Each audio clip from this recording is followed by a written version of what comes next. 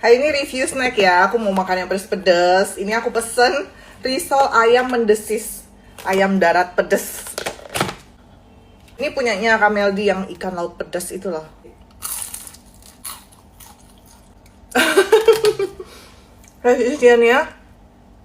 Isiannya, pedes ini.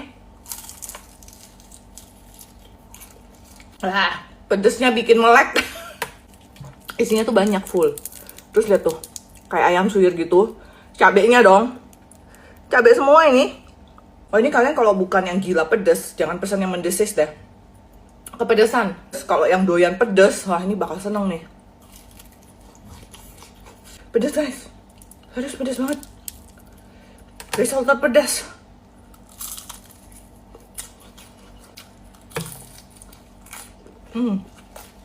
Aku makan satu aja deh.